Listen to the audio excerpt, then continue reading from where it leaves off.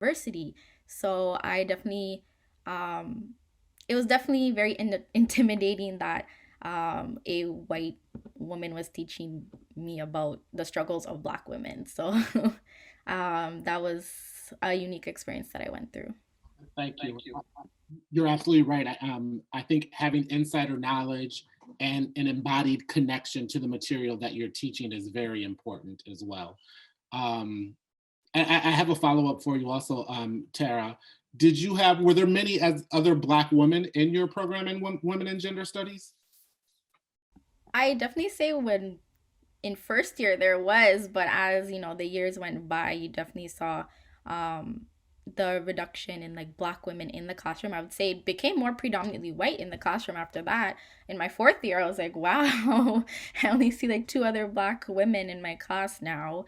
So I definitely think that goes into the fact that you can't really connect to the material, even though um it's so relative to a Black woman what I was learning, or even women of other intersectional identities. But the fact that it was taught with someone with so much privilege and someone who not necessarily I know or identify these things if they were in the everyday life, um, it was certainly like something that would be kind of off-putting when you're learning about it in the classroom. Even things like colonialism, like I would love, well, I know that a lot of opportunities are taken away from indigenous women and men in, or I should say indigenous people in our city. But maybe having or an indigenous person, not necessarily someone who has a degree, come into class and share their experience, because when you're hearing it in an Ivy League school that is built upon or rooted in like white patriarchal thought, it's such a shock to you that you don't even want to connect with something that is so prevalent to you, because someone who is so privileged and someone who doesn't experience anything that they're talking about is will never understand it. So I remember that one of my professors, she actually brought this up. She's a white woman. She said, I want to acknowledge that even though I'm teaching this material, that I don't necessarily go through this. And in everyday life, especially, this was when the George Floyd incident was happening. She said that um, as a white woman, she cannot identify these things, and she knows racism stems way beyond what she thinks it is. So we have to include things like microaggressions, we have to include things like systemic racism, where it's so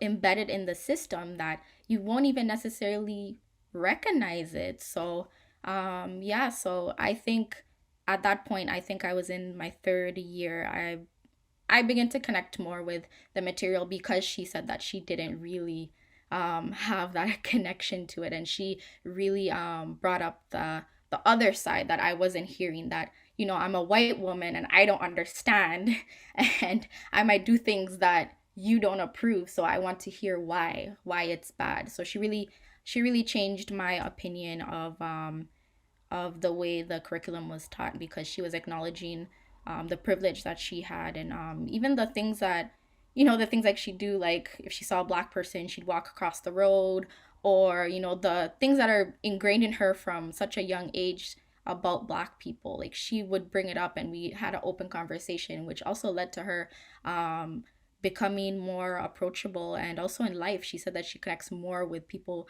of different minorities, because we told her what she was doing wrong. So we had a conversation. And I think that's very important in everyday life. Like, just if you have a friend who's I know lots of people like to say the N-word when they're rapping, tell them why it hurts you when you hear that word coming out of their mouth. So yeah, that's something I went through, good and the bad. Thank you. Good, thank you. And I think it's very good of you to, to have the confidence to be able to advocate for yourself also, and to challenge authority and, professors of authority also. So good for you. Chaz, I'm going to repeat the question for you because it's been a while since I said it the first time. Specifically in your program, I know it's computer programming.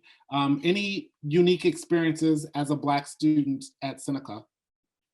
So something that I noticed was that unlike my high school experience, I felt that there was Seneca had like a more diverse population of Black students. So I did feel that opportunity to connect more, but specifically in my program, I felt even more alienated than I did in high school because in like a class of like 60 people, I would be either like in a class of about 60 people, it would either be I was the only Black person or there was two other Black people in the class. And um, especially as a new student, to make new connections, I think that uh, I was still able to make connections with other people. I would have liked to made more connections with other Black students, um, and yeah, that's been my experience as a computer programming student or a Black computer programming student. I think that just having more people that like I guess looked like me in my program um, would have been something that I would like to have seen. And yeah. Okay, thank you. So again, we're hearing this between all three of your stories, this theme of isolation and being one of a few as well. So I think we have time for one more question. We might not get to all of you, but let me see if I can find one of the most important questions. So what do you think educators need to know to help future Black students? What do educators need to know, since this is about your voices, this forum that Charmaine has constructed about helping Black youth and hearing from you? What do you think that educators need to know to help future Black students?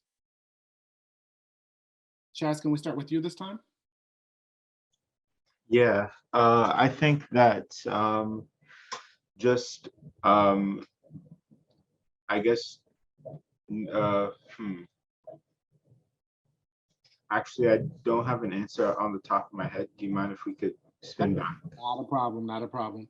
Yeah. Karina, can we start with you?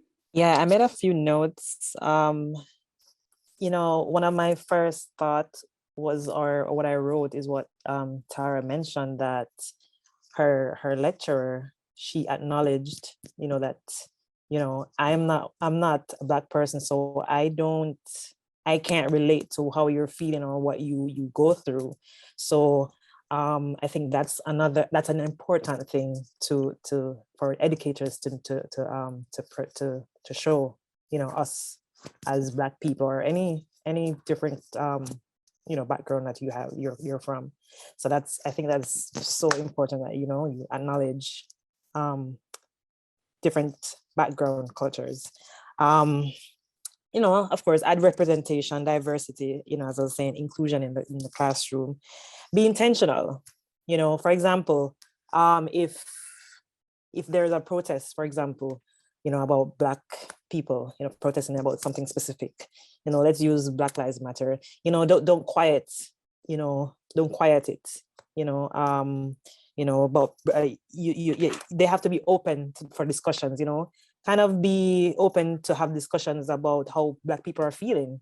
It doesn't have to be Black people, if it's Asian, because back some time ago, it was, they were beating Asians, so have open discussions. And the last thing I had was, make the classroom or wherever we are, make it a safe space. Everyone feels welcomed. If you're gonna have posters on the walls, make it a diverse, diverse pictures, all different cultures, colors, whatever it is. So I would say that to educators, just be sensitive in all you can and do the best that you can. Once we see that you are making the effort, then we will be open, we will be open to whatever you have to say. Thank you. And last, Tara.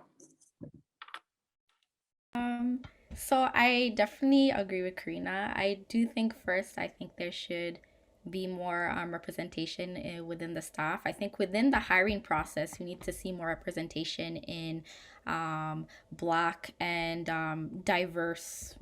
Like we need more Black educators, more transgender educationers, educators. So it's just the whole hiring process needs to be more representative and diverse. I think they should also call for mandatory training in like anti-Black and anti-Indigenous racism, because even if you do hire more representation, there is still a large part of, especially post secondary schools, which are going to be predominantly white spaces. So you do have to educate them because, um, when people learn different things when they're growing up, and if you don't um, try to re-educate them and provide them with tools that they don't necessarily have, it would definitely help the experiences with other Black students down the line. So that's my opinion. I also think there should be like mandatory teacher audits and see like what they're doing for like Black and Indigenous and or BIPOCs in the classrooms, because I feel like in post secondary school there's more freedoms for professors. I've had like a professor talk to me about like my background and she was totally wrong about my background because she was making like assumptions about me because she's thinking that the Black experience is a monolith, which it's not. Like we are not all from one place, so we don't all have that one experience that you see in the movies. So I think that mandatory education will definitely play a huge part in the way that Black students experience all types of education, whether it's in elementary, middle school, high school, post secondary school.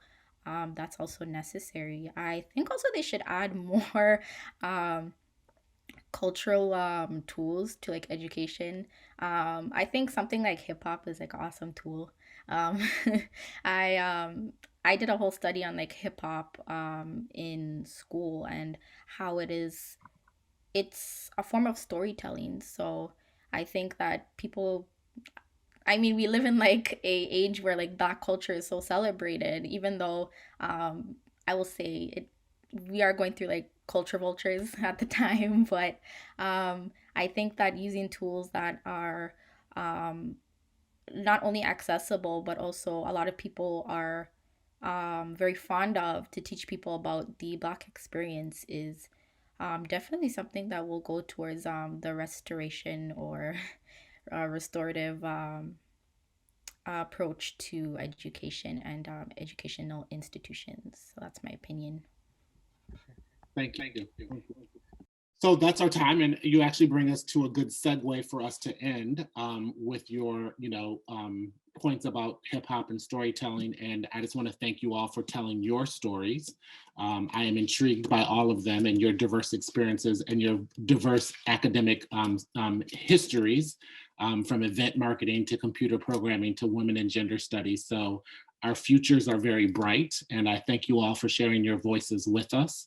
I am intrigued by all of our stories and the commonalities amongst them.